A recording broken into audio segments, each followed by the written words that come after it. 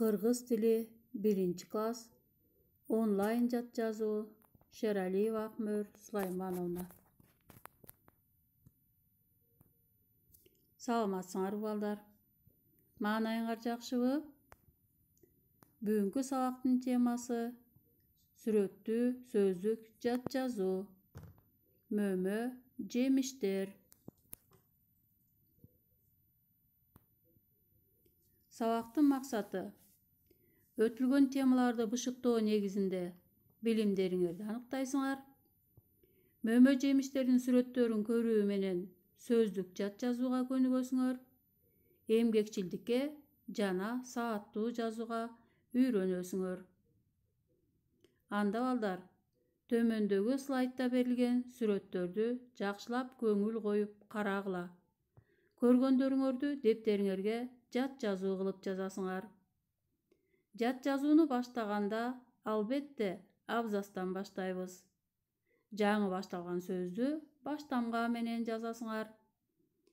Ар бир сөздүн чегин үтүр менен ажыратабыз. Балдар, жат жазууну сулуу, таза, туура кылып жазабыз.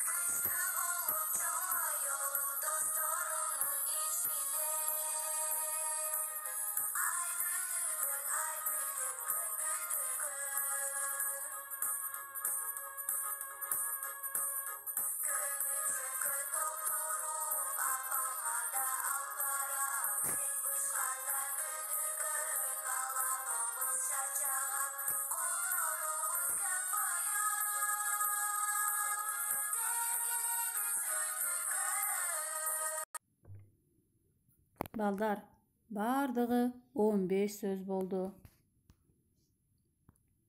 Эгер жазып бүткөн болсоңор, жазган сөздөрүңөрдү жакшылап текшерип, мага жөнөткөндү унутпагыла. Кийинки сабакка чейин саламатта болгула, менин сүйүктүү окуучуларым.